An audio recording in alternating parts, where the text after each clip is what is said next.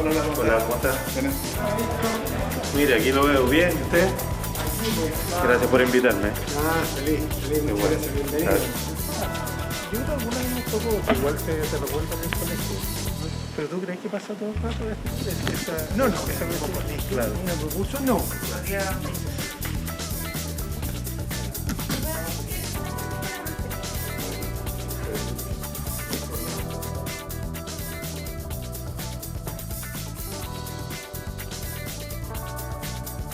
¿Cómo están ustedes? Muy buenas noches, bienvenidos al segundo capítulo de esta temporada de Estado Nacional en una semana cargada de temas que también van a marcar la semana entrante, ¿cierto? Reforma de pensiones, la elección del 11 de abril en 1 o 2 días, la pandemia que no nos da tregua y que tiene nuevamente a las autoridades evaluando medidas más restrictivas. ¿Cómo están, Matías? Muy bien, Connie, muy bienvenida a ustedes también por estar este domingo de noche con nosotros. Tantos temas interesantes como dice la Connie. Tendremos invitados estupendos.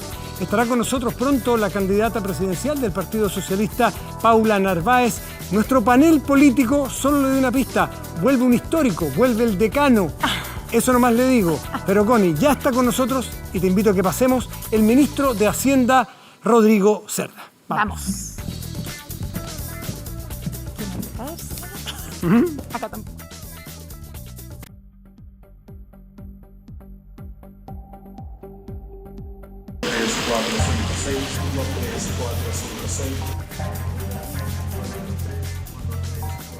¿Qué fue lo que pasó? ¿Por qué se suspendió? Permiso, disculpen.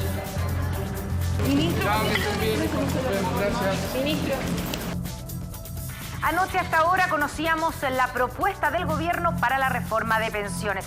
Porque esta reforma incluye mejorías al pilar solidario, como ampliar la cobertura del pilar solidario a la clase media. Ciertamente que es bienvenido el aumento del pilar solidario que lo propuso la oposición. Lo que ha generado desazón de la propuesta del Ejecutivo es que se pierde la oportunidad de llegar a un entendimiento en temas más estructurales. Incrementa gradualmente en un 6% el aporte que será de cargo del empleador al ahorro previsional de los trabajadores. Creemos que es fundamental que un porcentaje del aumento de la cotización vaya en beneficio del trabajador, para que el trabajador tenga el incentivo para seguir cotizando. Yo me temo que esto viene con letra chica, que por un lado se ingresan recursos y por otro lado se están quitando beneficios. No hay que ser egoísta porque estamos mal, no podemos llegar al monto adecuado para tener una pensión digna. Entonces, ¿qué pasa? Que si no es solidario, esto no se va a arreglar. Yo creo que lo mejor es un 3 y un 3. Yo creo que es lo más salomónico.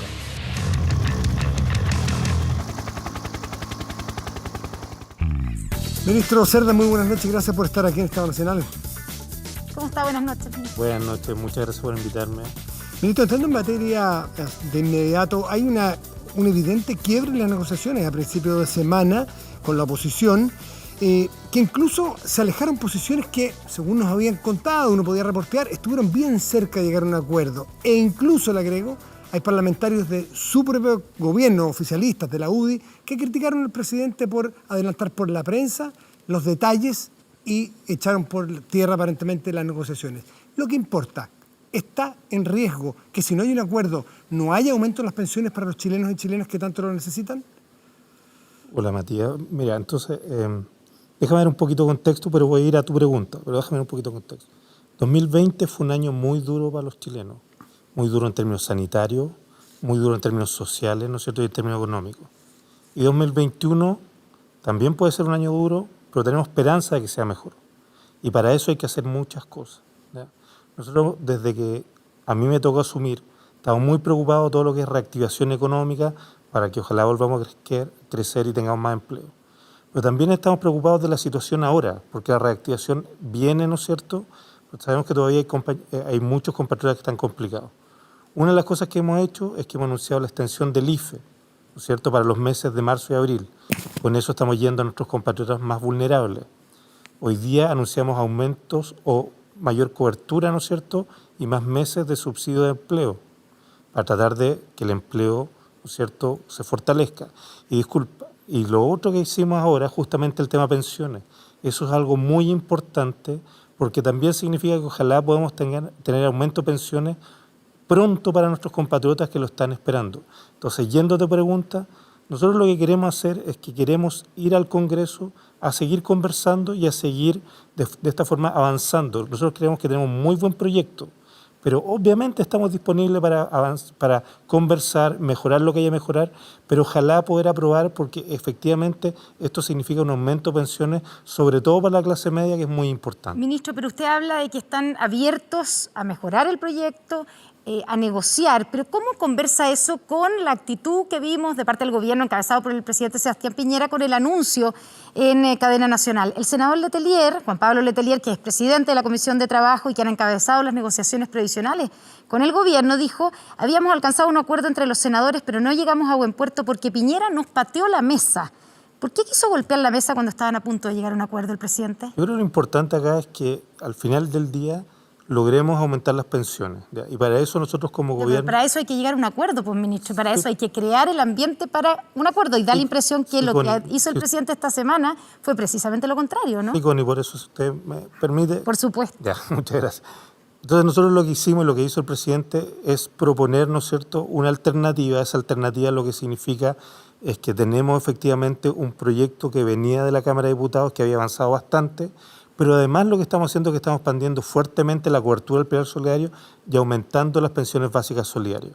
Por lo tanto, estamos tratando también de dar señales y diciendo, mira, nosotros estamos dispuestos a mejorar lo que sea posible y para eso vamos a ir al Congreso. Entendemos que hubo todo un proceso antes con la Comisión de Trabajo del Senado, ¿no es cierto? Y ahora lo que queremos hacer, y eso fue una de las cosas buenas que ocurrió el otro día, es que logramos aprobar la idea de legislar. Yo en eso creo que eso fue muy bueno de parte para el gobierno, para nosotros, también de parte de los senadores que lo hicieron. Esa idea de legislar se aprobó con el destino del 6% del aumento de cotización. Cambió el escenario. Claro, completamente para el fondo solidario, que no es lo que pretende hacer el gobierno. Sí, efectivamente. Entonces nosotros lo que queremos hacer es que queremos presentar nuestra indicación y que se discuta esa indicación ahí. Nosotros queremos que nuestra indicación, nuestro proyecto, tiene muchas cosas muy positivas, tiene mucho aumento de pensiones, sobre todo para la clase media. Y eso es lo que yo creo que hay que, bueno, discutirlo en esa mesa, pero tenemos que tratar de avanzar. Eso es lo que nosotros estamos tratando de transmitir. Yo creo que todos, tanto la oposición como el gobierno, tenemos la idea de mejorar las pensiones de la clase media. Ahora estamos topando en el mecanismo. Bueno, nosotros lo que tenemos que hacer como funcionarios públicos, y en esto yo creo que estoy hablando no solamente nosotros que estamos en el gobierno, sino también los que están en la oposición, es que tenemos que ponernos de acuerdo y tenemos que darle respuesta a esto. Ministro Cerda, parece ser que este mecanismo que le llama usted lo podríamos situar en el 6% extra, que la oposición ha dicho que no se va a mover de ese 6% a un fondo común. Y la posición del oficialismo, del gobierno, es que debiera ser 3 ese fondo común y 3 a capitalización individual, cuenta individual de las personas. ¿Con qué argumentos va a ir usted a sentarse a negociar esa mesa para que en 2 meses, como dijo el otro día, puedan entregarse estas nuevas pensiones? Sí, cuando decimos lo de 2 meses, déjame partir por ahí, es que también estamos diciendo el financiamiento está disponible. Eso es lo interesante. O sea, por eso, si nosotros pudiéramos aprobar rápido, nosotros podríamos financiar ese aumento de pensiones ya. Así lo entendí, ¿Okay? Porque de hecho la entrevista se la hicimos nosotros en Radio Duna, así lo entendí. Gracias, sí. Pero no me quedó claro con qué argumento va a ir usted a decirle a la oposición, ¿sabe qué? Ese 6 dividamos 3 a las cuentas individuales, cuando ellos dicen que de ahí no se mueven. Bueno, por eso le digo, aquí estamos de alguna forma, vamos a tener que ir al Congreso y en el Congreso se conversa, se negocia y veremos cómo vamos a ir avanzando. Yo lo que quiero decir es lo siguiente, el gobierno cuando ingresó inicialmente con su proyecto en 2018 eran 4 puntos de aumento a cuentas individuales. Eso cambió, ¿no es cierto? Hoy día tenemos 6 puntos de aumento y 3 y 3. 3 a cuentas individuales, que no son AFP, ¿no es cierto?, sino que van a una entidad pública, y tenemos otros 3 puntos que son de ahorro más colectivo, ¿no es cierto? Entonces, nosotros hemos dado señales de que estamos disponibles para negociar y para cambiar a veces muchas cosas. Ahora sí, disculpe, yo quisiera decir lo siguiente, eso sí, para nosotros hay una cierta cosa que es importante, que es que unas partes de estas cotizaciones vayan a cuentas individuales. No estamos hablando de FP, estamos hablando, en este caso, de esta entidad pública. Pero no está cerrado, ministro, por lo que entiendo de sus palabras, y corríjame si estoy equivocada, que sea 3%, sino que podría ser menos, por lo que estoy Nosotros somos un gobierno, ¿no?, dialogante, nosotros estamos disponibles a dialogar. ¿Están dispuestos a moverse del 3-3 a un 4-2, eso es lo que vamos a ir viendo en el Congreso, por eso le digo, nosotros siempre hemos sido dialogantes, lo que queremos es avanzar con esto. Ahora, déjeme decirle por qué para nosotros es tan importante. Nosotros respetamos el hecho que la oposición diga que quiere tener todos los puntos en el tema de ahorro colectivo. Lo respetamos, pero nosotros tenemos otra posición. Y nuestra posición se basa en el hecho que nos damos cuenta que hay muchos chilenos que se esfuerzan día a día y que lo que quieren también es que parte de sus pensiones el día de mañana se vea reflejado ese esfuerzo. Y nos parece lo más natural posible y por eso que nosotros lo que queremos hacer es avanzar, ¿no es cierto?, en ese camino. ¿Estamos dispuestos a dialogar? Sí, lo estamos. Y por eso que le digo que creo que lo importante es que nos sentemos en la mesa y veamos cómo podemos avanzar. Y también le digo, nosotros también podemos ocupar la palabra mejorar. Si por supuesto hay cosas que podemos mejorar. Ministro, si es que, como dice la Connie, son 2 y no 3%, pero ustedes consiguen convencer en el diálogo que un porcentaje del aumento o una porción vaya a cuentas individuales, en este caso lo dice usted, manejado por una entidad pública, no las AFP. ¿Por qué no entregarle la libertad a los ciudadanos y ciudadanas en que si quiere tener toda su plata en esa entidad pública la tenga ahí o toda en su AFP la tenga ahí si es cuenta individual? ¿Por qué ceden ustedes? Es una buena pregunta, la verdad que usted me la hizo el otro día también. Mire, lo que ocurrió aquí, tal como le contaba la historia, nosotros entramos con 4 puntos de cuentas individuales y después fuimos trabajando con la Cámara de Diputados. Y parte del acuerdo en ese momento fue que efectivamente esos 3 puntos iban a ser manejados por entidad pública. Esa fue parte del acuerdo. Ahora, como le digo, nosotros lo entendemos como parte del acuerdo, pero obviamente estamos disponibles para conversar. Todo lo que sea mejoramiento estamos disponibles. Lo importante es que yo no lo quiero poner presión al Congreso en el sentido de que haya que sacarlo, no le voy a poner plazo. Yo entiendo, el Congreso es obviamente una entidad autónoma, lo entiendo perfectamente, pero yo creo que sí tenemos ambos, ¿no es cierto?, tanto la oposición como el gobierno, la intención de que las pensiones aumenten rápido.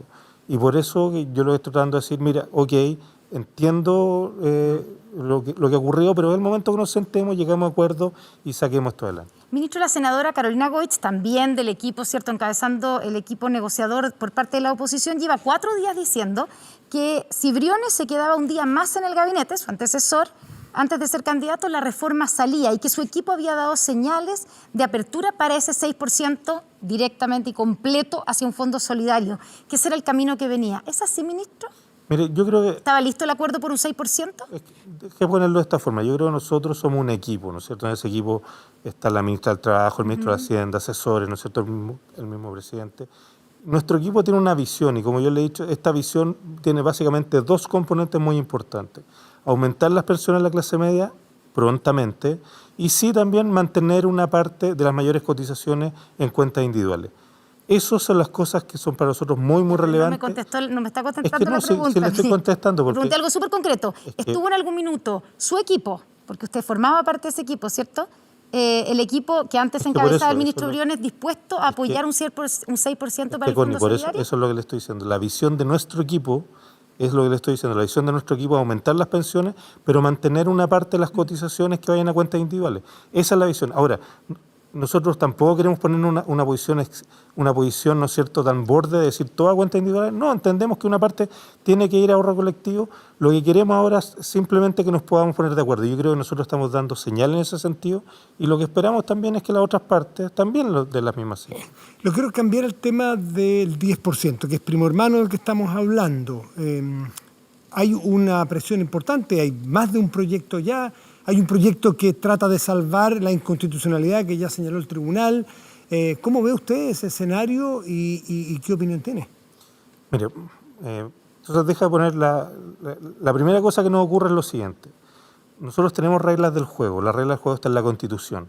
Yo entiendo que vamos a discutir una nueva Constitución y está perfecto y espero que salga muy bien ese proceso. Pero en este momento tenemos una Constitución y esa Constitución son nuestras reglas del juego. Nosotros desde ese punto de vista de institucionalidad, nosotros queremos que se respeten esas reglas del juego. Y por lo tanto, desde ese punto de vista, como gobierno, nosotros no estamos de acuerdo y vamos a ejercer las facultades que sean necesarias. O sea, van a recurrir al Tribunal Constitucional si se aprueba un retiro de... Claro, en ese caso tendríamos que hacerlo, tal cual como usted lo dice. Ahora, pero yendo a otra perspectiva del asunto, porque es una perspectiva de institucionalidad, ¿no es cierto? La otra perspectiva es que lo que sí nos preocupa es lo siguiente, que efectivamente eso va en la dirección contraria de aumentar pensiones. Porque claro, usted lógicamente lo que está haciendo es que está retirando saldos de las cuentas y retirar esos saldos de las cuentas individuales obviamente repercute en menos pensiones. Y por lo tanto va en la dirección contraria de lo que estamos buscando. Y lo segundo también es que hay muchas personas que hoy día lamentablemente están con saldos muy bajos o sin saldo. y por lo tanto esas personas no van a poder hacer ese retiro. ¿Eso qué significa? Que también estamos generando ciertas expectativas que no se van a poder cumplir. ¿Populismo? Son expectativas que no se van a poder cumplir. Yo no lo quiero calificar, yo lo que sí le quiero decir es que nosotros somos bien claros como gobierno y como gobierno si es necesario recurrir al TC lo vamos a hacer. Ahora, déjeme decirle la última cosa en este tema. Como yo partí diciendo, nosotros sí nos hemos preocupado y nos estamos preocupando de la situación que está ocurriendo hoy día en nuestro país. Y nos damos cuenta que mientras la economía no se reactive completamente, nuestro gobierno va a estar siempre del lado de las personas y nos vamos a preocupar de que efectivamente le lleguen los recursos necesarios, la ayuda necesaria. Y el anuncio de hoy día del presidente, que usted dijo también al comienzo, ¿cierto? Un aumento, una ampliación del subsidio al empleo, lo que busca precisamente frenar este retiro, un tercer retiro del 10%. No, es que eso es lo que yo quería decirle, que nosotros lo estamos viendo en una óptica más amplia. Entonces, ¿qué es lo que estamos tratando de hacer?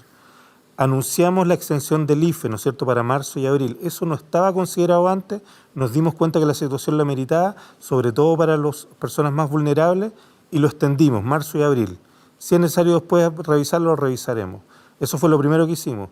Lo segundo que hicimos, bueno, está este tema de los subsidios, que ustedes ya ven que estamos tratando de que ojalá también, y son subsidios muy enfocados en jóvenes, mujeres, que son los grupos que están más complicados. Y disculpe, y si es necesario hacer más cosas, lo vamos a hacer en este gobierno y lo vamos a hacer pronto.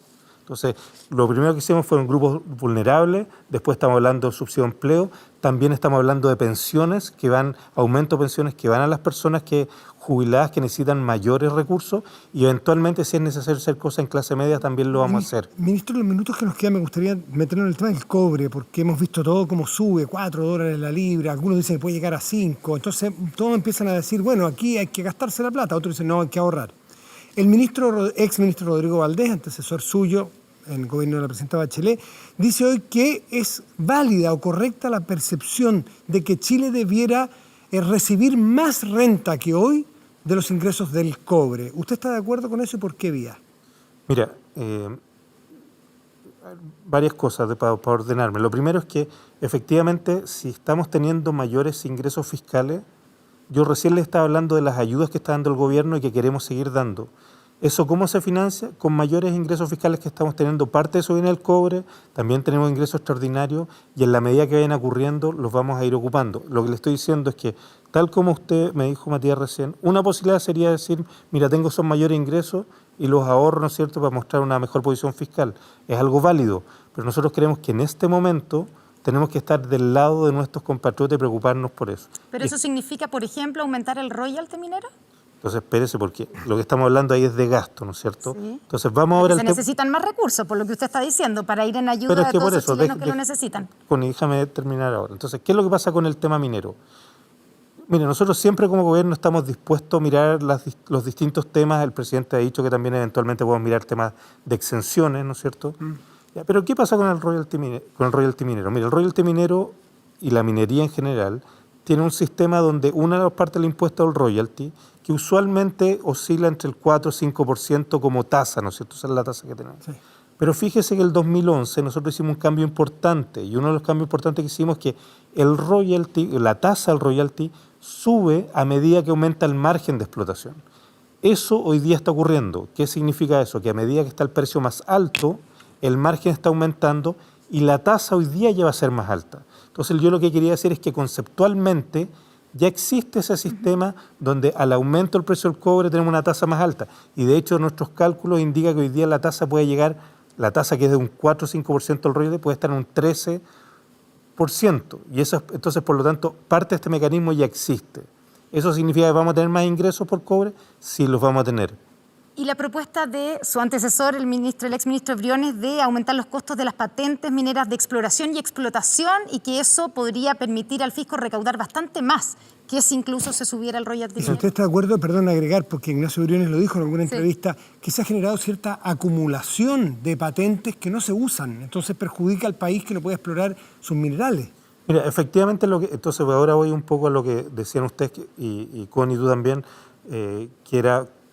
bueno, el tema de hacia adelante, la mirada más de largo plazo de impuestos. Seguramente algún debate vamos a tener que tener y nosotros como gobierno siempre hemos estado dispuestos a hacer eso. Ahora, lo que nos preocupa, eso sí, es que la urgencia en este momento, la urgencia es ir en ayuda a nuestros compatriotas. Y eso significa el IFE, los subsidios de empleo, pensiones y algunas cosas más de gasto que seguramente van a venir. ¿Eso va a significar que en el corto plazo, bueno, vamos a estar viendo algo más de gasto público? Sí, lo vamos a estar viendo, y es porque es necesario. Ahora, después vamos a tener toda una discusión de cómo normalizamos la política pública, la política fiscal, y si necesitamos más aumento de impuestos. Efectivamente, lo vamos a tener más adelante, pero hoy día, y eso es lo que he tratado de decir, es que la urgencia que tenemos es ir hacia donde nuestros compatriotas lo necesitan. Ministro Rodrigo Cerda, ministro de Hacienda, le queremos agradecer por haber estado esta noche aquí en Estado Nacional. Muchas gracias. Que esté muy bien, ministro. Buenas noches, ministro. Muchas gracias, Connie. Nos vamos a la pausa, ¿cierto? Sí, y va a estar con nosotros, por ahora no. Tenemos que presentar a nuestra siguiente invitada, Connie. Y nuestra siguiente invitada es la candidata presidencial del Partido Socialista, Paula Narváez. Buenas noches. Usted me indica, ¿dónde es esto? ¿Cómo está? Soy Rodrigo Cerda, ministro de Hacienda. Buenas noches, ministro, ¿cómo está? Bien, y usted, mucho gusto. Bien, lo mismo digo. Por eso, esas que hay ahora eléctricas, ¿no? Claro. Pero máximo 10 personas. Muy bien. ¿Cómo sienta, cierto? Sí, siento. Sí, pues. Queda uno perfecta con eso, con una larga. La Torre 10. ¿Le trae recuerdo? Mucho. Claro, mañana es el 8 de marzo. Así es que es un día para hacer muchos reconocimientos. Ya está con nosotros aquí en el estudio. Sale uno, entra otra. Justamente, además, una mujer, ¿cierto? En la previa del Día Internacional de la Mujer, la candidata presidencial del Partido Socialista, Paula Narváez. ¿Cómo está, Paula? Muy buenas noches. Hola, Paula, buenas noches. Gracias por estar aquí. Buenas noches, gracias a ustedes por invitarnos. Gusto saludarlo, Matías, Constanza, y un saludo cariñoso a quienes nos ven a través de las pantallas de TVN y especialmente a las mujeres. A las mujeres. Paula, la voy a meter inmediatamente en una de las polémicas que surgieron este fin de semana a raíz de la violencia que se vio en Plaza Italia una vez más, pero esta vez con la estatua del general Baquedano incendiada en llamas. Y quiero preguntarle, si usted hoy día estuviera en La Moneda, ¿qué haría con Plaza Italia? A ver, mire, es una pregunta... Primero quiero decir que condeno absolutamente el hecho de violencia manifestado en ese momento, pero condeno todas las violencias, ¿no? Y por lo tanto creo que es fundamental tener una respuesta de carácter completo. Al mismo tiempo digo completo porque quiero decir que todos hoy día en Chile somos responsables de una conducta y de un comportamiento que promueva la no violencia. Todos y todas, pero sobre todo las autoridades, aún más. ¿No es cierto? Dicho eso, estoy poniéndolo a usted porque obviamente sí, yo espero... se necesita una respuesta integral probablemente, pero si usted fuera la que está presidiendo el país, como podría serlo, ¿cierto?, a partir del próximo año, y tiene que tomar una decisión, opta por el copamiento de carabineros, como se hizo en un minuto, para evitar que todos los viernes durante 3 o 4 horas la principal arteria de nuestro país esté tomada y con hechos de violencia, ¿ordena el desalojo o permitiría que ocurra simplemente? Primero, esperaría en un nuevo gobierno que tuviéramos una nueva policía. Y una nueva policía, por lo tanto, con capacidad de actuar en situaciones como esta para perseguir el delito. Las acciones que constituyen delito hay que perseguirlas, por supuesto. Y al mismo tiempo poder distinguir ese tipo de manifestaciones con otro tipo de manifestaciones que en una democracia tienen que poder expresarse. Si es que no hubiésemos todavía completado el proceso de construir eso es largo, una nueva política, por eso me hago cargo de la segunda parte. Seguramente si usted llega a La Moneda va a tener la misma policía que tenemos hoy. Es lo más probable por un tema de tiempo, no de voluntades. Pero podríamos, por ejemplo, hacer algo que este gobierno ya podría hacer, que es tener una intervención civil de carabineros. Yo creo que hoy día es fundamental, a propósito de esta exacerbada autonomía que tiene Carabineros, ¿no es cierto?, y que ha quedado demostrado y en evidencia que no tiene necesariamente el criterio para actuar y aplicar los protocolos que tiene, que requiere de una intervención civil que justamente contribuya al análisis de esos protocolos y de la capacidad operativa de Carabineros. Eso es algo que se puede hacer hoy y es algo que yo haría inmediatamente una vez llegada al gobierno. Pero eso no solucionaría, estoy pensando en que esto ocurre todos los viernes. Por eso le pregunto, en la medida, entiendo el largo plazo, entiendo el tal vez mediano plazo, ¿cierto?, con lo que usted dice, la intervención civil. Pero si tiene que dar una orden hoy, mañana, hoy día estamos a domingo, para este viernes que viene. Yo creo que hoy día Carabineros podría aplicar un buen criterio y los protocolos, pero además con una, insisto, orientación desde la autoridad civil realmente supeditados a esa autoridad civil, se podría actuar de una manera preventiva a este tipo de situaciones. Hay carabineros que dicen, y no solo en Chile, leí ayer de Cataluña que está pasando lo mismo, que sostienen que hay un ataque permanente a las personas, ni siquiera a la institución, para desmoralizar, dicen los carabineros, y no permitirles actuar, que se sienten con un poco las manos atadas, que si se llegan a pasar en un protocolo, un poco en un acto, les va a caer todas las penas de la ley, que están todos sobre ellos. Entonces, ¿cómo ve usted la desautorización que se está produciendo a las fuerzas policiales? Pero es que la desautorización de las fuerzas policiales viene por el actuar mismo de Carabineros, que lamentablemente ha estado lejos de protocolos que, por ejemplo, sean capaces de, por una parte, combatir el delito, la delincuencia, y por otra, respetar los derechos humanos. Hay una deslegitimación de Carabineros muy fuerte que tiene que ver con el propio actuar de Carabineros. Y la inacción de parte del gobierno, tanto en la condena a las violaciones de los derechos humanos, como justamente en el poder tomar medidas respecto al actuar de Carabineros, le afecta a la propia institución de Carabineros. ¿Siente usted que el gobierno no ha sido enfático en criticar los hechos que han significado violaciones a los derechos humanos acreditadas por distintas instituciones, que fue el gobierno el que invitó a las instituciones internacionales a verlo en terreno? Yo creo que el gobierno ha tenido en esto un poco un doble discurso, de actuar de alguna manera haciendo como que, pero no haciéndose cargo efectivamente de, primero, ¿no es cierto?, condenar las violaciones a los derechos humanos con toda la fuerza que eso significa, y además realizar acciones conducentes a que podamos avanzar en verdad, justicia y reparación de esas violaciones ocurridas a partir del 18 de octubre. Yo creo que el gobierno en esto ha sido negligente y displicente. Paula, a raíz de lo que ocurrió el viernes, ¿cierto?, que fue el ataque incendiario al monumento del general Baquedano, el Ejército emitió una carta, un comunicado donde dice que los que cometieron esos hechos son cobardes, desadaptados, antisociales e ignorantes y son antichilenos. ¿Usted coincide con lo que dice el Ejército y qué le parece el tono y las palabras que usan? ¿Le parece, perdón, para agregar nada más, le parece deliberante y que amerita que el presidente le pida la renuncia al comandante jefe, como dijo el alcalde candidato Jadwe? A mí me parece completamente fuera de lugar lo que ha hecho el Ejército de Chile.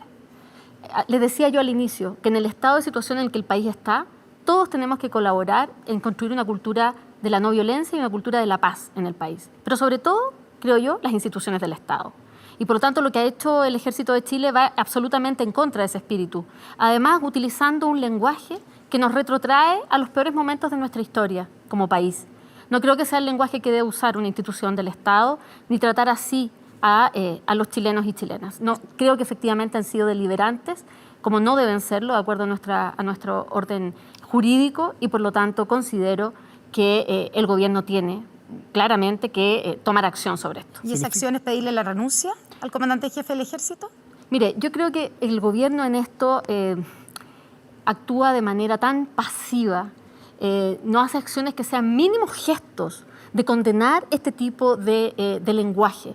Yo creo que es grave lo que ha hecho el Ejército de Chile, realmente grave. Entonces, amerita... Mire, yo no soy quien para decirle al presidente de la República... ¿Usted pediría la renuncia en un caso como este? Si usted estuviera en la moneda. Si yo estuviera en la moneda, por supuesto que sí. Le pediría la renuncia. ¿Qué opinión tiene usted sobre lo que ocurrió esta semana en una entrevista por Zoom de la expresidenta y hoy alta comisionada Michelle Bachelet en el contexto de un trabajo ONU con Nicolás Maduro? ¿Por qué esa reunión que ha sido criticada por algunos opositores venezolanos? El solo hecho de la reunión, porque Maduro no es reconocido como presidente por muchos países de la comunidad internacional. Ahí está la imagen, la estamos viendo, sí. La imagen de esa... Yo, ustedes saben, tengo un profundo aprecio y admiración por la presidenta Bachelet. Sin embargo, no soy su vocera, quiero decirlo, porque yo entiendo que me preguntan política. La opinión, un poco también en relación, ¿no es cierto?, a lo que ha sido mi historia y mi trayectoria política. Puedo contestar sin ningún problema. La presidenta Bachelet es la alta comisionada para los Derechos Humanos de las Naciones Unidas.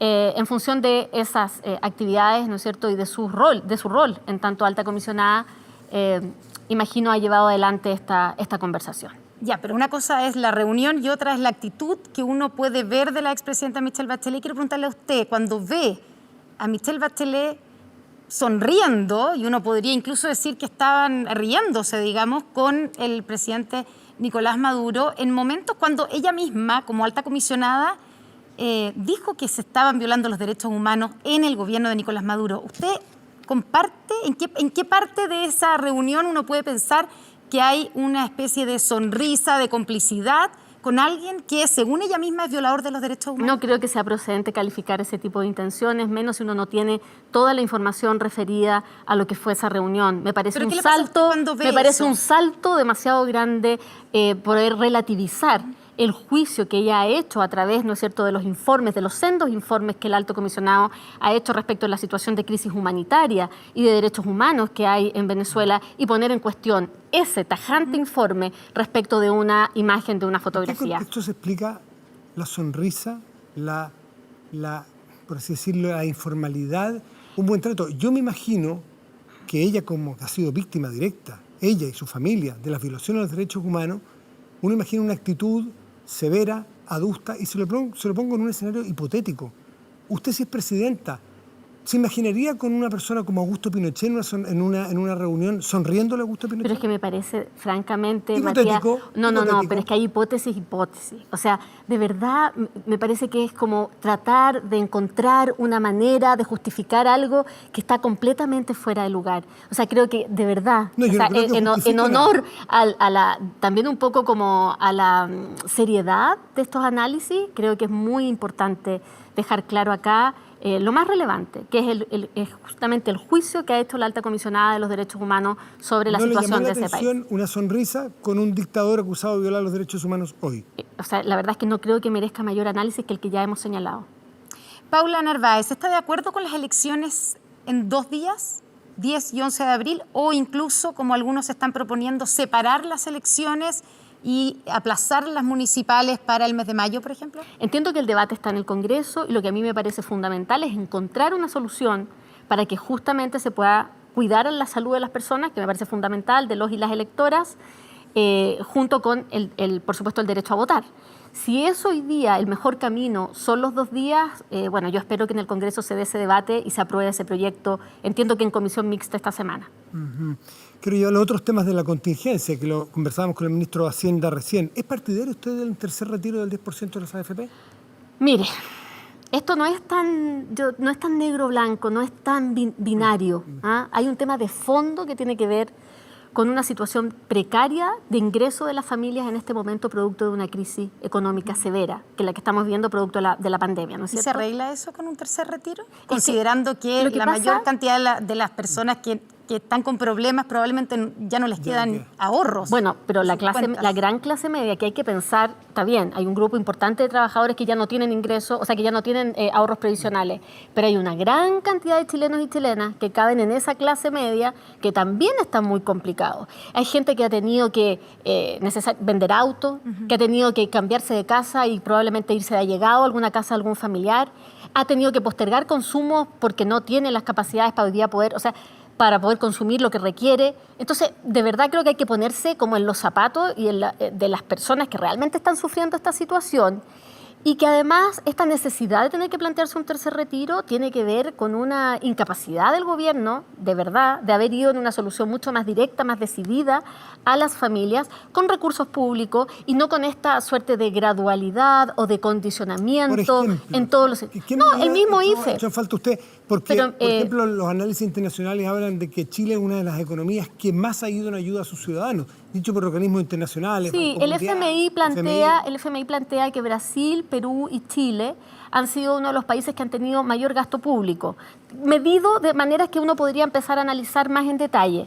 Pero lo que digo en esto, más allá de compararnos con otros países, miremos la situación de Chile hoy día, y yo no estoy necesariamente pensando en que haya que diseñar cosas nuevas, sino que probablemente este ingreso familiar de emergencia pudiese ser con una cobertura mucho mayor, no condicionada a una serie de variables, ¿no es cierto?, que son difíciles, primero, de seguir, segundo, de poder fiscalizar, tercero, de poder, para las propias personas, ¿no es cierto?, saber si aplican o no aplican. Entonces, un ingreso familiar de emergencia con mayor cobertura, un ingreso familiar de emergencia con mayor periodo, mayor tiempo durante este año, con mayor extensión, de manera de disminuir incertidumbre, de también con eso contribuir a controlar la pandemia y el contagio. Creo que el gobierno puede hacer mucho más. El propio ministro, escuchaba un poquito antes, reconoce que hay capacidad de endeudamiento en Chile, tenemos un endeudamiento bajo, tenemos la capacidad, por lo tanto, de hacer un poco más de gasto fiscal. Somos un país con el riesgo país más bajo también. O sea, tenemos unas condiciones económicas que nos hacen sentir sentido con la realidad límite de las familias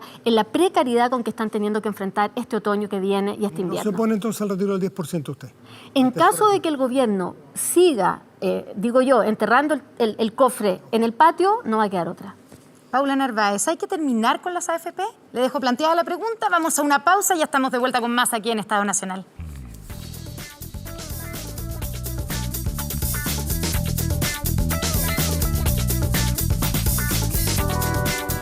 Ya volvimos con Estado En Estado Nacional y habíamos dejado planteada la pregunta, ¿cierto? Estamos con la candidata del Partido Socialista, candidata presidencial Paula Narváez. Yo le pregunté, Paula, si hay que terminar con las AFP y le doy un dato. Hay un proyecto en el Congreso, ¿cierto?, presentado por un grupo de senadores que busca derogar el decreto 3500 y nacionalizar los fondos previsionales de las AFP. ¿Le gusta esa idea?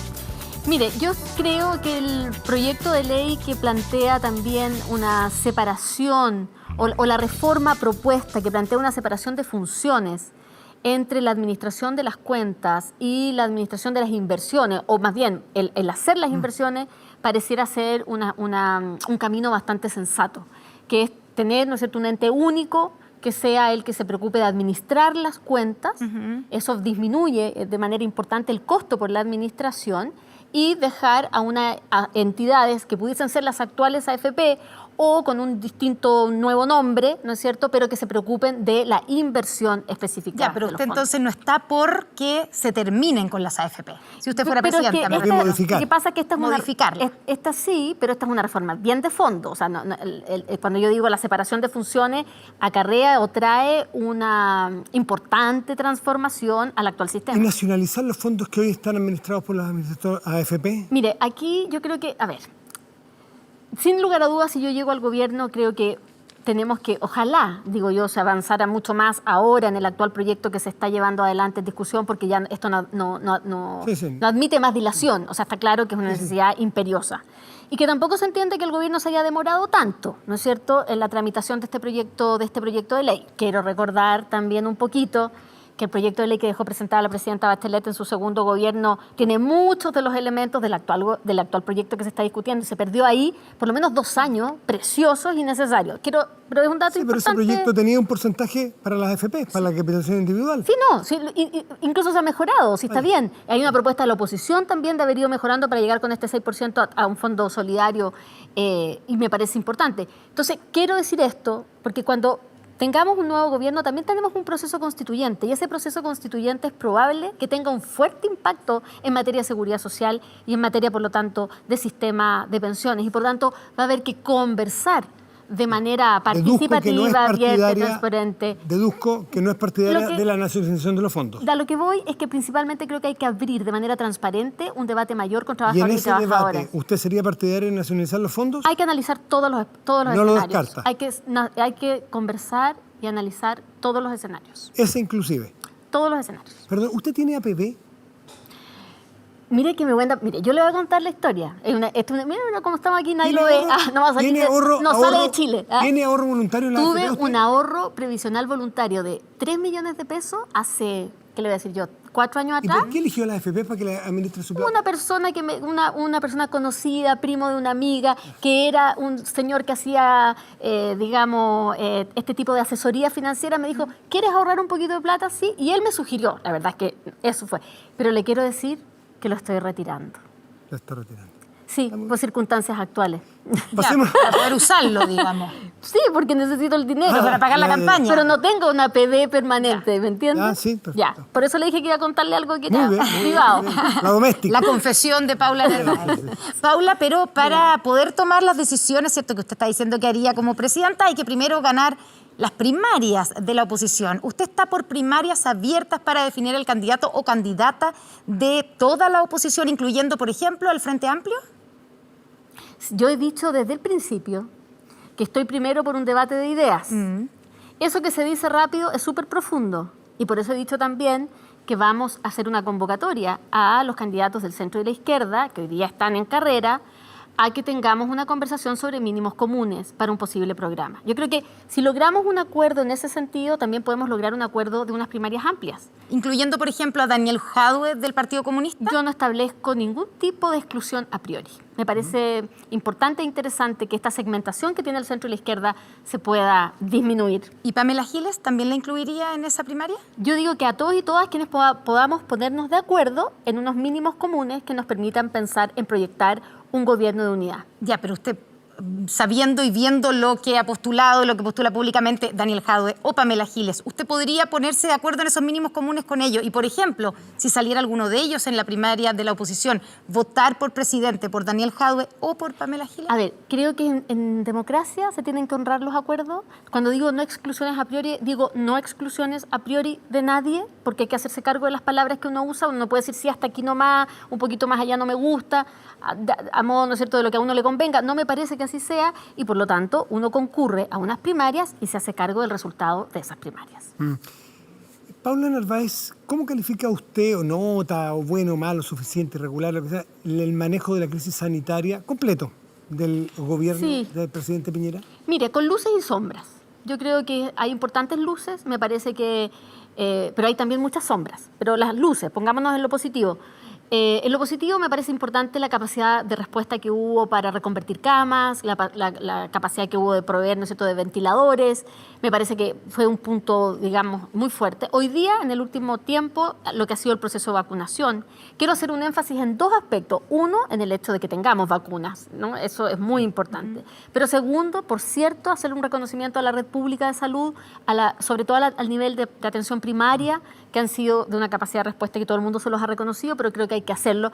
Y aprovechando, hacérselo a los trabajadores y trabajadoras, y antes de un 8 de marzo, a las trabajadoras de la salud. 70% del sector salud son mujeres. Y a ellas les quiero hacer un reconocimiento porque nos han cuidado durante esta pandemia. Muy cortito, Paula Narváez. Pero me faltaron las sombras. Sí. Eso es lo que quiero preguntar. Las sombras. Las sombras, creo yo, primero, el haber dejado quizás fuera la capacidad de diálogo con actores claves para el manejo de la pandemia. Por ejemplo, justamente el nivel local, yo creo que alcaldes y el nivel... ¿Se corrigió eso? El tiempo, pero se demoraron, entonces fue tarde. Creo también que escuchar más a la comunidad científica, al colegio médico, eran elementos también que forman parte del diálogo para la toma de decisiones. Y también creo el aspecto que ya conversamos, que es la asistencia, digamos, el apoyo económico, financiero a las familias, que fue deficitario, fue tarde. Y yo creo que lamentablemente esto ha acarreado todo esto que sean los trabajadores que financien de sus bolsillos esta crisis. Se nos acaba el tiempo, pero no puedo dejar de preguntarle, la nueva Constitución usted ha dicho que tiene que ser feminista y usted se ha declarado como una candidata feminista. ¿En qué se va a notar eso, por ejemplo, en su programa de gobierno? Mire, varias cosas. Primero, porque considero que la igualdad de género hoy día es una materia absolutamente pendiente en Chile como en el mundo. En Chile tenemos brechas de género en todas las áreas de la vida, en todas. Brecha salarial, brecha en el ámbito, por supuesto, político. Creo que hay una condición, situación y posición de las mujeres que sigue siendo discriminación. Este es un programa de gobierno que tiene que corregir esas brechas. Y se corrige no solo con discurso, se corrige, por ejemplo, con presupuestos sensibles al género, y para eso existen mecanismos, metodologías que se aplican. Y, por supuesto, creo también con algunas políticas directas, como un sistema nacional de cuidados. Ese sistema nacional de cuidados rompe con esta rígida división sexual del trabajo que le ha significado a las mujeres tener la sobrecarga del cuidado y, por lo tanto, con eso impedir el pleno goce de ejercicio de derechos en los otros ámbitos. Creo que eso es fundamental, y agregando a esto un sistema de protección social que las ponga en el centro a las mujeres con una renta básica ciudadana que se parta focalizando en mujeres para protegerles el ingreso. ¿El hecho de ser mujer le da una ventaja por sobre los candidatos hombres? Bueno, la verdad es que durante demasiadas décadas de historia esto ha sido más bien una desventaja. La política es tremendamente machista, sigue siendo hoy día tremendamente machista. Pero las mujeres unidas, y además con un lenguaje que yo creo muestra el compromiso y la convicción que tenemos por realmente hacer que este mundo sea paritario y con una igualdad sustantiva, creo que en los tiempos que corren son muy importantes. Paula, muchísimas gracias por estar aquí esta noche. Gracias a ustedes. Que esté muy bien. Y muy contenta con que esté en el canal público. ¿Cierto? Comparto con ustedes. Muy contenta yo también. Muchas gracias, Paula. Buenas noches. Que les vaya muy bien. Y Talana cuenta con la más completa y robusta plataforma de recursos humanos en Chile, con la cual han ayudado a más de 3.000 empresas a digitalizar sus procesos y reducir sus costos en más del 30%. Con sus soluciones de remuneraciones, control de asistencia y turnos, comunicaciones, firma digital y gestión de personas, digitaliza el área de recursos humanos con Talana. Rediseña la forma de trabajar. Conoce más en talana.com. Y nos vamos a la pausa, exactamente. Sí. Y a la vuelta ya viene nuestro panel político con el regreso de un histórico. Aparecen las imágenes, ¿eh? Yo creo. Ya se escucha su sonrisa. Pausa y volvemos, espérenos. Es un vino tinto. Aquí esperando el panel que va a venir de lujo. No, muy buenas noches. No, es que nerviótico. No, así tal cual. Lo que para que muestren después eso sí. Adelante, muchas gracias.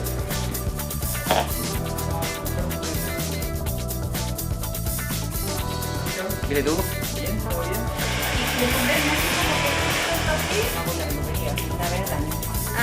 Los jinetes del apocalipsis.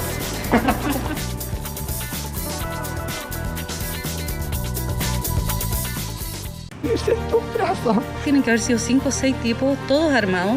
De repente empezamos a sentir los disparos. Dado que en ese sector de Maipú existe justamente un foco ligado al delito de la cencerrona, es que se había dispuesto hace bastante tiempo un servicio específico y especial de parte de Carabineros para poder prevenir este tipo de delitos.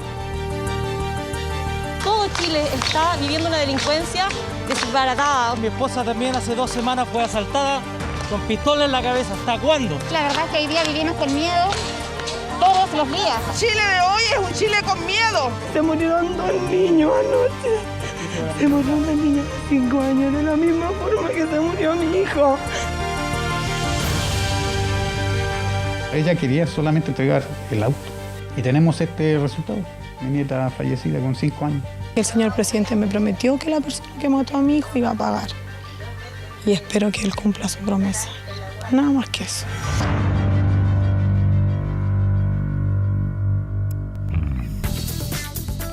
Estamos de vuelta en Estado Nacional, sin duda ese es un tema muy sensible que se ha tomado con toda justicia a la agenda los últimos días. La violencia en general ha dado espacio para muchos comentarios, columnas y espacio de reflexión, sobre todo en el año que viene. Con ello vamos a presentar a nuestro panel de conversación, que hay tantos temas, y queremos partir por Sebastián de Polo. Muy buenas noches, Sebastián, gracias por estar aquí. ¿Cómo están? Bien, pues Natalia González también, muchísimas gracias por estar aquí de vuelta. Buenas noches, gracias Matías. Que esté muy bien. Luz Poblete, gracias por estar aquí, Luz. Muy buenas noches a todos. Y yo les prometí el anuncio del regreso del decano, de un histórico, Francisco Pancho Vidal, gracias por estar aquí. Muy buenas noches, gracias por la invitación. Partamos al tiro entonces por él. Sí, pues. Por Pancho Vidal. Hablamos de una semana donde ha estado marcado por distintos episodios de violencia, por delincuencia. Y yo quiero preguntarle por lo que pasó en Plaza Italia el viernes. Ha ido pasando muchos viernes seguidos. Pero lo que pasó concretamente, usted, que es reservista, que es militar, ¿qué le pasa cuando ve que incendian el monumento del general Baquedano? Una aclaración. Yo soy un reservista en sueño, diría un masón, desde que estoy metido en política. Mire, pero más allá del monumento, a mí me parece, y aquí rompo con mi sectora, realmente intolerable que en la principal ciudad de la capital sepamos que todos los viernes a las 5 de la tarde, entre las 5 y las 9, se toman la... ¿Y por qué rompe? Disculpen, ¿por qué rompo con mi sector? ¿A su sector yo no le importa? Converso con mis compañeros, no, pero que la represión... Pero espérate un poquito. Para mí, el orden público es de la medida más progresista que pueden existir. Porque en la dehesa no se toman la avenida no sé cuánto. Pero la gente perjudicada en la Alameda son miles y miles y miles. Imagínate lo que es cortar el tránsito entre 5 y 9 todos los viernes. Entonces, ¿cuál es mi tesis? Que para mí eso es intolerable. ¿Y qué es lo que se debería hacer ya que es intolerable? Te prometo que el otro día me acordaba. No puedo entender que no se pueda evitar los incidentes entre las 5 y las 9. No puedo entenderlo. O sea, operativamente, uno como ministro del Interior, en ese tiempo teníamos doble dependencia, pero era administrativa en defensa y operativa en interior. Pero yo conversaba con los generales de la zona. No quiero hacer de esto un punto político. Lo que no puedo entender es que nadie prevenga el hecho. Fíjate que el otro día leía que llegaron a las 5 de la tarde, pero ahora por Pigonono. Bueno, no es tolerable esa violencia. Ahora, espérate un poquito. Para justificar que eso no puede suceder, la fuerza del Estado de Derecho tiene que actuar impecablemente. Sebastián de Polo, ¿cómo tomas las palabras de Francisco Vidal, que en mi sector, me refiero a la oposición, ¿no? O centro izquierda? Una parte de ella, al menos. ¿A ti te parece tolerable, usando la misma palabra de Francisco, que pasa lo que pasa viernes tras viernes? O sea, yo creo que aquí hay un fracaso del orden público. Entonces la pregunta, porque ese es el hecho, ¿no? El hecho concreto es que hay un fracaso, ¿no? Y eso creo que nadie podría decir que no. O sea, ¿a ti no te parece justificable? No, yo digo, es un fracaso de que tengamos una ritualización de la violencia todos los viernes en cualquier parte, ¿no? Entonces, pero tenemos que ir como a cuáles son las razones de ese fracaso. Y yo creo que lo que está pasando todos los viernes hoy día es básicamente un enfrentamiento contra Carabineros. O sea, la institución que debiera velar por el orden público está en una crisis de credibilidad y de legitimidad muy, muy profunda. Entonces, el instrumento que tenemos para sostener el orden público no tiene legitimidad ante la gente. Entonces, lo que se genera es hay movilización y hay violencia, sí, ¿no? Pero también, hace 2 semanas atrás, y a mí eso es lo que me impacta, de que todo el mundo puso el grito en el cielo por una estatua, y 2 semanas atrás, una profesora que salió a hacer una manifestación pacífica recibió un balín en el ojo y tiene comprometida la visión. O sea, el problema que estamos teniendo con Carabineros es un problema que es de tan complejidad que no puede hacer su trabajo. Y además vemos de que el trabajo que debiera hacer Carabineros en otros ámbitos de la sociedad tampoco lo hace efectivamente. O sea, lo que está pasando con la delincuencia, lo que está pasando con el narcotráfico, lo que está pasando en muchas poblaciones donde todo el mundo está asustado porque llegan los cargamentos de droga y salen los fuegos artificiales. O sea, lo que tenemos es una ineficacia de la policía. Entonces, Natalia, hay que pensarlo eso. Al tiro, solamente para complementar, porque tengo una experiencia concreta. Ya, pero vamos primero para que hablen todos primero. Natalia, ¿a ti qué te parece esta evaluación y este diagnóstico que hace Sebastián de Polo de por qué ocurre lo que ocurre hoy día en Plaza Italia todos los viernes?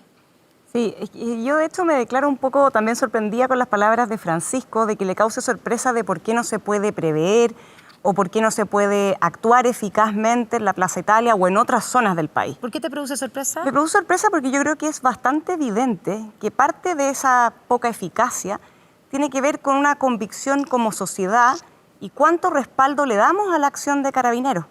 Porque cuando tú dices tiene que actuar de manera impecable, significa eso que entonces el margen de error que la sociedad o que ciertos sectores están dispuestos a tolerar ante el uso legítimo de la fuerza que puede hacer Carabineros es 0. Si el margen de error es 0, yo creo que estamos en un problema enorme, porque es imposible pedirle a cualquier institución, además sometida al estrés que ocurre todos los viernes en ese sector de la capital, pedirle un margen de error 0. Entonces, cuando nosotros le damos el uso legítimo de la fuerza a Carabineros, como sociedad tenemos que primero tener la convicción de apoyar esa acción de uso legítimo de la fuerza, que yo creo que hay ciertos sectores, grupos políticos que no la apoyan decididamente. Y en segundo lugar, si tú le exiges a Carabineros un actuar sin margen de error alguno, entonces al final les estás pidiendo un imposible. Y ante el imposible, creo yo, nadie está obligado. Entonces, por eso es que cuando uno dice no actúan eficazmente, no previenen eficazmente, bueno, los hechos hablan por sí solos, ¿no es cierto? Es bien difícil contrarrestar eso.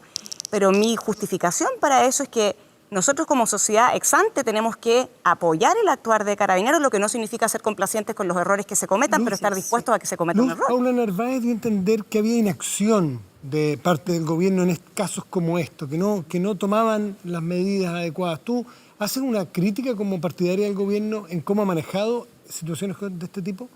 Yo creo que el poder vivir en paz requiere el esfuerzo conjunto. Yo en lo que sí estoy de acuerdo es que para haber llegado a estos niveles de violencia como sociedad o en estas manifestaciones, yo me quedo un poco con las imágenes cómo partimos, ¿no? Yo creo que lo que es intolerable e inaceptable es la muerte de niños baleados por encerronas de autos, digamos, por un robo, que ya exista ese nivel de miedo y ese nivel de temor de no poder salir ni siquiera con tus niños a ningún lugar porque pueden ser baleados en cualquier momento y muertos. Creo que eso me parece inaceptable para cualquier sociedad. Dicho eso, creo que lo que ha fallado es el Estado. Pero cuando digo el Estado en su conjunto. O sea, aquí tenemos un sistema judicial que también lo hemos sabido por años, de puertas giratorias respecto a estos delincuentes, porque son verdaderos delincuentes. También el gobierno en poder respetar, no la inacción, porque yo creo que yo estoy de acuerdo con Natalia, yo creo que aquí ha habido una poca convicción de parte de una sociedad de poder darle las atribuciones que corresponde a nuestra institucionalidad. Y sabemos que estamos en una crisis profunda respecto de eso y que deja estos vacíos y por lo tanto de estos vacíos ocurre esta flexibilidad o laxitud respecto de lo que cualquier manifestante puede hacer todos los viernes, porque teníamos las marchas, yo me acuerdo, gobiernos anteriores, todos los jueves la marcha de los estudiantes, que claramente a veces terminaban en manifestaciones un poco más violentas, qué sé yo, pero uno sabía que era una manifestación por un tema, con un objetivo, y creo que las del viernes no tienen ninguna motivación más que hacer daño, y creo que eso tiene que ser respondido por todo el Estado en su conjunto. Aquí tenemos leyes que están pendientes respecto de la seguridad pública, aquí hay un gobierno que se siente amarrado desde la institucionalidad poco convencida respecto del apoyo a Carabineros de Chile y por supuesto también el Poder Judicial que tiene grandes falencias de poder hacer de estos casos que puedan realmente ser condenados y perseguidos. Francisco, ¿tú querías agregar algo, Sebastián? Sí. Y yo deja de complementarte una pregunta respecto a lo que dice Daniel Jaude hoy día, de que la declaración del Ejército de Chile respecto de lo que ocurrió el viernes allí es deliberante y por lo tanto hay que pedirle la renuncia al comandante jefe del Ejército. ¿Tú estás de acuerdo con todo eso? No. Yo creo que siempre en esta materia, por la historia de Chile, hay un punto de fricción muy delicado. El Ejército, en mi opinión, defiende el símbolo que es Baquedano y sobre todo el soldado desconocido que está abajo. Pero no creo que sea pertinente que el Ejército trate a otros chilenos como antichilenos, porque eso inmediatamente te trae la historia. Entonces, pésimo quemar al general Baquedano. Eso es un error. Pero el horror de quemar a dos chilenos es más horror, ¿no? Entonces, ¿qué es lo que digo? ¿Deliberante la declaración? Yo creo que está en el límite. Si usted fuera presidente, porque postulaste recién... No, yo llamaría la atención de que una institución permanente de la República, el Ejército de Chile, empiece a calificar a los chilenos, entre chilenos y antichilenos, nos vuelve al lenguaje que conocimos, ¿no? Ya, pero le llamaría le haría un llamado de atención. Ah, obvio, pues. O como ministro de Defensa, por ejemplo. Eso es lo que corresponde, pues. Ya, pero no le pediría la renuncia. No, pues es otra cosa, otro nivel. Lo que pasa es que quería complementar. Mira, yo en los últimos 10 días he estado apoyando a candidatos, concejales, alcaldes, en terreno. Conchalí, Independencia, Cerro Navia 2 veces, Lo Prado, La Cisterna. Pero mira, aquí tengo un problema que estamos en una tormenta perfecta. ¿Qué es lo que yo me junto no con los militantes, con los vecinos de carne y huesos reales? Demanda número 1, más carabineros y más detectives.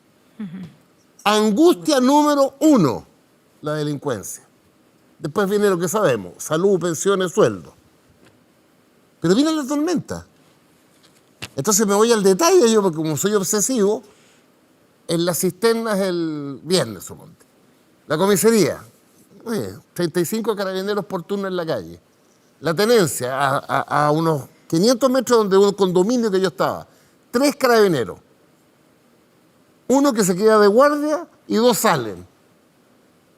Voy donde el alcalde Tamayo, Cerro Navia. Ahí están 18 lugares focalizados de fuegos artificiales, de narcotráfico. Le pregunto por la PDI, que ha hecho un enorme trabajo. La VICRIM de Cerro Navia, el personal destinado a la lucha contra el narcotráfico son 3 detectives. Y ¿sabes, Connie? En la cisterna descubrí que la VICRIM, a diferencia de las Condes, que tenemos una VICRIM solita, resulta que la VICRIM de la cisterna se comparte con el bosque. Entonces, perdóname, pues, estamos en un problema tremendo. porque se requiere darle seguridad a la gente, pero la gente te pide más carabineros. El problema entonces hay que, con los carabineros, no en contra de carabineros, volver a la legitimidad. ¿Y cómo se hace eso, Sebastián de Polo? Y si se soluciona el problema con más carabineros o más detectives, estoy pensando en las imágenes que veíamos al comienzo, ¿cierto? Como introducción a este bloque, con el caso esta semana, 2 niños muertos de 5 y 6 años en medio de encerronas, de balacera, y un tercer niño que sigue en riesgo vital también por haber estado en medio de balacera. Uno se pregunta en qué momento llegamos a esto y cómo se arregla. Sí, yo creo que se arregla y no es fácil. O sea, no hay alguien que diga que tiene una bala de plata para hacerlo, está mintiendo. O sea, es abiertamente así, yo creo. Y yo creo que lo que hay que hacer es refundar la policía. ¿Y qué significa refundar la policía? ¿No? Porque a veces uno decía como con el eslogan. O sea, no es modernizar. Esto no es con carabineros hoy día. ¿Por qué? Porque la policía de carabineros es de las policías más arcaicas en su formación en todas las policías del mundo. Esto ha pasado en otras ciudades del mundo, porque las policías son de las ciudades en general, no son de los estados, ¿no? Entonces, cuando una policía entra en una crisis de legitimidad, como ha pasado con la policía de Estados Unidos con los temas raciales o con temas de corrupción, ¿no? La policía es refundada, es repensada. Entonces, es repensada en sus procedimientos, en su cultura organizacional. Porque, ¿pero con los carabineros que están hoy día o hay que hacer una policía paralela? Yo creo que hay que hacer una policía paralela. Hay que hacer una policía paralela porque lo que tenemos en la práctica hoy día son 3 policías. Tenemos una policía, que no es policía, que son los guardias de las municipalidades, ¿no? Que están ejerciendo funciones policiales en una policía mucho más cercana y comunitaria, ¿no? Que es más o menos el modelo que uno ve en los países desarrollados, donde hay distintos tipos de policía, ¿no? Nosotros tenemos en Carabineros hartos problemas. Tenemos un problema organizacional que se llama gigantismo organizacional. ¿Cómo? O sea, gigantismo organizacional. Y no tiene que ver con el tamaño, tiene que ver con que el mando no es capaz de gobernar la complejidad que tiene hacia adentro. O sea, la policía hoy día de Carabineros de Chile tiene múltiples funciones distintas. Tiene funciones especializadas, el abocar, las cosas como de especialidad, pero además tiene las funciones como de tropa, ¿no? Las funciones de seguridad como más. Entonces, eso en general se empieza a separar en las otras policías. Entonces, lo que yo haría es una nueva Policía Nacional donde potenciaría la labor investigativa en una sola policía, por ejemplo, la PDI, una policía más judicial, ¿no? Que se especialice judicialmente. ¿Por qué? Porque además hoy día hay mucha tecnología, hay mucha formación, hay cosas que hay que hacer con la policía y Carabineros de Chile no puede hacerlo todo al mismo tiempo. Y tiene otro problema, que a mi juicio es el más grave, que ha demostrado en los hechos que no está sometida al poder civil. Que no está sometida al poder civil en los hechos. O sea, desde cuando, no sé si recuerdan, pero cuando el ministro era Gonzalo Blumel y pidió un reporte respecto a qué pasaba, ese reporte nunca lo conocimos que ese caso llegó o no. ¿Recuerdan con las víctimas de traumas oculares? ¿Para qué decir la cantidad de plata que se han robado en Carabineros de Chile? O sea, tenemos una institución que hay que refundarla. Intervención civil, como dijo Pablo Narváez, hay que refundarla, hay que reformarla.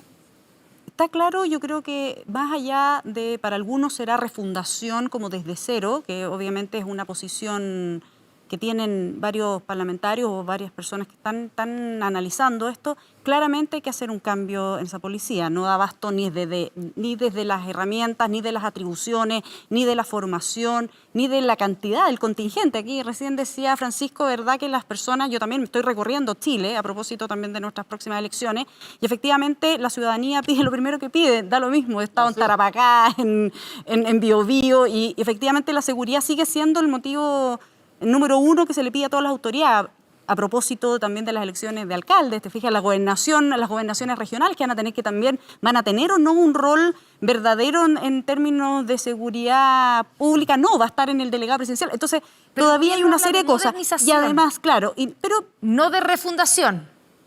De reestructuración también puede ser, Connie. El punto es que también hay una parte que no nombró Sebastián, que también entre estas múltiples funciones que tienen hay un montón de tiempo que pierden en temas administrativos.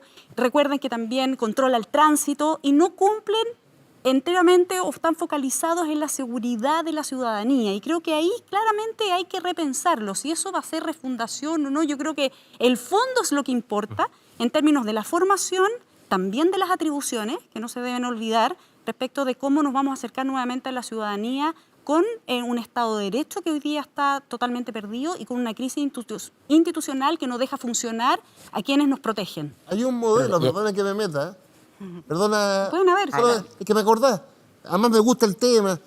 La PDI se reformuló completamente en el año 92. Claro. Así es. Pero no se creó una paralela, no. Después vino, muchos años después, la marquita esta PDI, siguiendo el modelo del FBI. Pero a partir de MEDI, oye, yo soy el más viejo de todos ustedes, pero la Policía de Investigaciones antes del 92 tenía muy era mala. lo peor que podría ocurrir. Natalia, y miren, hoy día la PDI es una de las instituciones más confiables. Natalia, sumar el tema del porte de armas, que también está permanentemente en discusión, en que parece ser que proliferan en la ciudadanía, ilegales y legales, hay mucho tráfico al respecto. Pero sobre la policía y la Mira, seguridad. yo comparto con Sebastián la idea de generar, y de hecho es parte de algunas propuestas que nosotros hicimos al efecto, una policía destinada al orden público, especialmente destinada al orden público. Si eso es refundación, no es refundación, cuánto del equipo y capacidad que hoy día hay se puede utilizar, me imagino que sí. Pero yo comparto con la idea de separar los roles adentro de Carabineros y destinar a un segmento de Carabineros de Chile exclusivamente al resguardo del orden público. En el tema del control de armas, mira, han habido diversas legislaciones hacia atrás, algunas con mayor éxito que otras. Si mal no recuerdo, en el segundo gobierno de la presidenta Bachelet se aprueba unos cambios a la ley de control de armas que han surtido efectos, yo te diría, complejos. En algunos casos porque los tipos penales quedaron construidos de manera ambigua, en otros casos porque queda desproporcionada la pena en comparación con otros delitos similares. Entonces, cuando llega al momento que el juez tiene que aplicar la norma, se encuentra con una serie de dificultades. Y la ciudadanía entonces la achaca contra los jueces, ¿no es cierto?, que no aplican la mano dura. Otros dicen es que la legislación está poco clara. Y hoy día hay una serie de proyectos en el Congreso justamente también para que apuntan a un mayor control de las armas en Chile, pero la agenda de seguridad, no voy a decir que duerme el sueño de los justos, tiene algún movimiento, pero la verdad es que bastante lento. Pero a mí lo que más me preocupa, y como te decía al principio, yo creo que cuando decimos Carabineros sujetos al control civil, ya perfecto, pero entonces un control civil que también respeta la institucionalidad de Carabineros. Porque cuando vemos, por ejemplo, que una parte del Congreso adhiere a un proyecto de ley que lo que tiene por objeto es indultar, ¿no es cierto?, y más bien amnistiar, porque esa es un poco la figura, a todos quienes hayan participado en un catálogo de delitos que va mucho más allá del desorden público, de hecho hay delitos bastante graves en ese catálogo, tú te encuentras entonces con una cuestión bien contradictoria, porque en el fondo el poder civil, el ejecutivo y finalmente el Estado, compuesto también por otros poderes, ¿no es cierto?, como el legislativo, están dispuestos, ¿no es cierto?, a hacer vista gorda y a hacer una amnistía de quienes participan en desórdenes públicos que hoy día impiden el libre tránsito, impiden a esos ciudadanos vivir en un barrio en paz, impiden a una serie de emprendedores realizar sus proyectos de vida. Entonces, Sebastián de Polo, ¿estás de acuerdo con ese proyecto que lo que busca es indultar o amnistiar a quienes han sido víctimas, han sido, digamos, detenidos durante el estallido social? Sí, no es tan así que son todos los tipos penales, o sea, si la gente tira una molotov, no. Digamos, no, de aquí decirlo así como, porque eso tiene otra. Pero a mí lo que creo que el gobierno no ha hecho, o lo único que hace, es como mandar un proyecto de ley para subir penas o darle más atribuciones a Carabineros. Ese ha sido el repertorio que ha tenido el gobierno respecto a los temas de violencia. Le ha costado meter la mano, digamos, en la administración de cómo hoy día funciona Carabineros. Pero Sebastián, en el proyecto de probidad y modernización de Carabineros, ahí hay una mano justamente que va enfocada a lo que tú dices. Sí, yo digo, pero en general, los anuncios son, subamos las penas, ¿cierto?, por un lado, o si no, démosles más atribuciones a Carabineros para que actúe, a mi juicio, de manera más arbitraria, dado que han demostrado que lo están haciendo mal. O sea, lo están haciendo mal persiguiendo el delito, lo están haciendo mal. Tenemos muchos casos en los últimos años que son bien brutales. O sea, tenemos catrillanca, tenemos implantación de pruebas, tenemos fraude al Estado con platas públicas, ¿no? Y tenemos una cultura organizacional que es, a mi juicio, de brutalidad policial. Entonces, por eso yo decía, aquí no hay una bala de plata, pero tenemos que enfrentar el problema en la dimensión que tiene. Y yo creo que hoy día tenemos una policía que es, yo estoy de acuerdo con esto, que la policía es un ente importantísimo en una sociedad porque garantiza que podamos jugar. Hay un punto de acuerdo, hay un punto de acuerdo. Es importante tener una policía. Lo que pasa es que no conozco a nadie en el mundo que diga que no hay que tener policía. Aquí lo han dicho, que es terminar con Carabineros, directamente. Yo estoy pensando que el que piensa eso está pensando en una alternativa. Bueno, pero... Oye, pocos minutos que nos quedan. Sebastián, que nos quedan pocos minutos y un tema que no podemos soslayar, que es 11 de abril, el super día de las elecciones o el día de dividir las elecciones. ¿Ustedes partidarios de qué son? ¿Y hay alguien que no nos quiere decir por qué quiere dividir las elecciones? ¿Por qué no quiere? ¿Por qué quiere dividir las elecciones, hacerlas municipales después? Bueno, eso tiene una respuesta clara. Perdona. Doña Luz. No, nosotros como propuesta, entendiendo que es un momento súper complejo, es una decisión que está a un mes de las elecciones, que debiera haberse pensado con mayor anterioridad. El CERVEL estaba muy agobiado también, o sea, le ha tocado, es una elección histórica, con 4 elecciones, 2 de ellas debutantes, que obviamente, y además encima en condiciones sanitarias que no nos permiten circular tan libremente. Tuvimos la experiencia del plebiscito, que menos mal salió bien. Creo que somos ejemplares como modelo de elecciones en términos de la seguridad y la tutela de la misma votación y de sus resultados. Y creo que con ese escenario, y habiendo tenido hace poquito esa experiencia del plebiscito, creo que es posible hacerlo en 2 días, entendiendo que hay ventajas y desventajas. Sábado y domingo, pero sábado y domingo, las 4 elecciones, las 4 juntas, esos 2 días. Francisco Vidal, ¿lo mismo? No separar como están proponiendo algunos en su sector y en el otro también. Pero está pensando distinto a todo su sector. No. En los temas principales, ahí no me pierdo. Pero en esto, te quiero dar una explicación. Sí. Me gustan los números a mí. En la última municipal votó el 34% de los chilenos. Y en el último apruebo que ganamos, el 51%. Tú comprenderás que la diferencia, si tú colocas los alcaldes y concejales del sábado, 34, y al día siguiente 51, te genera una distorsión. Hay que votar, en mi opinión, 2 días seguidos. Si voy el sábado, los 4 votos. Si voy el domingo, los 4 votos. Natalia, sí, ahora... separarlos. Hay algunos en tu sector que sostienen que hay que separarlos y 9 de mayo. Lanzar la municipal para mayo. No, yo no comparto esa propuesta. Yo incluso te voy a decir una cosa, yo entendiendo los bemoles que tiene esto, la cantidad de minutos que cada votante se va a demorar en una planilla y una sábana enorme, sobre todo en la cantidad de candidatos constituyentes, candidatos desconocidos, etcétera. Yo entiendo el trasfondo, ¿no es cierto?, de intentar separar los días, evitar las aglomeraciones, los grupos de riesgo, sobre todo para que no haya contagios.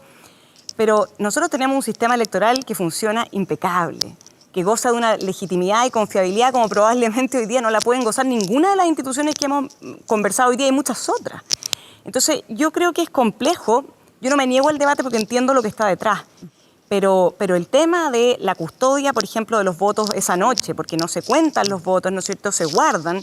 Con esta misma discusión, sí, pero Francisco, mira, yo te hago, por estirar así el argumento, pero ¿qué pasa si tú tienes, por ejemplo, en una noche algún disturbio en un local de votación, ¿ya? Y las Fuerzas Armadas, para resguardar la confiabilidad del sistema, usa sus armas, usa sus implementos para resguardar el orden público. ¿Qué pasa? Yo les pregunto, ¿ustedes están dispuestos a respaldar esa acción? Yo sí. ¿O la vamos a cuestionar y vamos a decir que es impropia, y como es impropia, entonces se ensució toda la... Entonces, yo por eso siempre te llevo al cuento, si estamos todos de acuerdo en condenar la violencia, pero lo que no creo que estamos de acuerdo, y ahí es donde tenemos un problema como sociedad, es cuál es el nivel de respaldo que le damos a la acción que justamente busca resguardarnos de la violencia. Sebastián de Polo. Sí, mira, yo creo... ¿Qué pasa en ese escenario que planteó la Natalia? O sea, para mí lo más complejo los 2 días es la noche. ¿No? Para decirlo súper como... ¿Qué pasaría? Que en cualquier lugar de Chile, donde sabemos que tenemos dificultades, además de orden público, como ya conversamos, que exista... o sea, el intento de meterse en la urna. Nada, el intento... O de hacer un desorden. O de acercarse a los liceos de votación. Entonces, yo creo que hay que agotar todas las posibilidades porque sea en un día extendido, ¿no? ¿Qué significa agotar las posibilidades?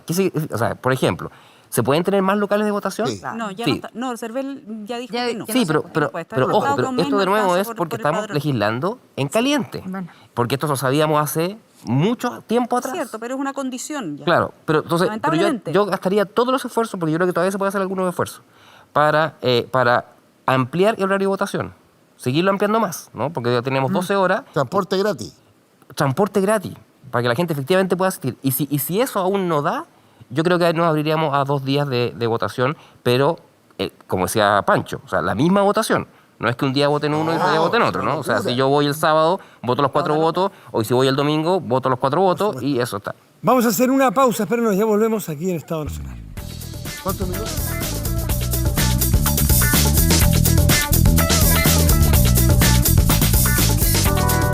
En mis años. Estamos de vuelta aquí en Estado Nacional con la última parte del programa y le vamos a dar 30 segundos a cada uno de nuestros panelistas con cronómetro. Si yo sabemos. 28 para Van a arriba, apagar el todos. micrófono. Ya cantó 2. Para que se las jueguen con cuál es el tema más importante que viene esta semana. Vamos a partir porque mañana es el Día Internacional de la Mujer, así que vamos a partir por las mujeres. Natalia González, 30 segundos. Yo creo que hay 2 grandes temas esta semana. Uno, pensiones, en que debiéramos conocer ya en concreto la propuesta del gobierno anunciada por el presidente la semana pasada en cadena nacional. El ministro Cerda aquí algo más de luces dio, pero a mí me parece que ese es un tema fundamental. Ha estado la prioridad de la ciudadanía en todas las encuestas. Llevamos 15 años discutiendo cómo hacer esta reforma y yo creo que hoy día hay una propuesta contundente arriba de la mesa que por primera vez acerca el pilar solidario a la clase media, que tendrá cosas que a lo mejor no le gustan ni a uno ni a otros, pero donde yo creo que el gobierno ha hecho concesiones. Tiempo. Y es hora de que la política ponga los votos.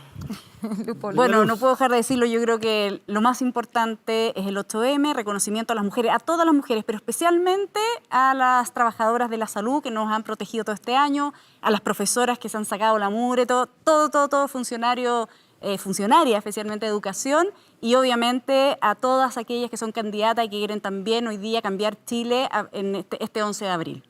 Gracias, Luz. Sebastián. Bueno, para no decir los que ya están, también tengo 2. Puede repetirse, ¿eh? Sí, pero uno, porque lo que la discusión de pensiones va a ser importante, pero uno, yo creo que vamos a tener que enfrentar la segunda o tercera ola del COVID. Y creo que ahí nos ha faltado también como conciencia, ¿no? El proceso de vacunación está bastante impecable, y hay que decirlo, sobre todo por los SFAM, la salud primaria ha hecho una pega increíble, pero creo que nos estamos relajando y que podemos tener complicaciones. Entonces creo que va a ser un tema de nuevo, porque es probable que nos vayamos a cuarentena. Ya hay todo Concepción y todo el Gran Concepción está en cuarentena, Temuco está en cuarentena, o sea, la ciudad es grande, y eso también puede pasar en Santiago. Entonces yo creo que vamos a tener que mirar eso como seguir atentos a la pandemia, que tiene muchos estragos y tiene muchas otras consideraciones, pero cuidarse. Francisco Vidal. 3 cosas. Salud a las mujeres primero, y que más del discurso a igual trabajo, igual salario, lo demás es Totalmente. música. Segundo, aprobar inmediatamente el pilar solidario y desvincularlo de lo que quiere la derecha, de tener amarradito. ¿Usted cree que hay que separarlo? Bueno, lo hicimos antes. Sí, es la sostenibilidad del sistema que necesitamos tenerlo amarradito. Vamos si no es cuento. 30 segundos. No es Y cuento. tercero, bueno, se lo dije, ¿usted cómo se dice? Backstage. Se lo dije al ministro Cerda que no repitiera el error de su antecesor. No voy a repetir lo que le dije porque... No, porque fue una palabra... Le dije, no cometas tú el error que cometió tu antecesor, que cuando hizo la autocrítica final dijo que había llegado tarde. Y el gobierno, una vez más, está llegando tarde. Ya. Francisco Vidal, semana de último año de gobierno, ese era el segundo. De Polo, Natalia González, muchísimas gracias por estar aquí esta noche. Gracias a ustedes. Yo lo pasé estupendo. Me alegro mucho. Muchas gracias. Muy buenas noches. Qué bueno haber vuelto. Sí, nos vamos ya del programa. Le agradecemos a la gente por estar aquí y nosotros nos encontramos el próximo domingo. Que tengan una buena semana. Buenas noches. Buenas noches.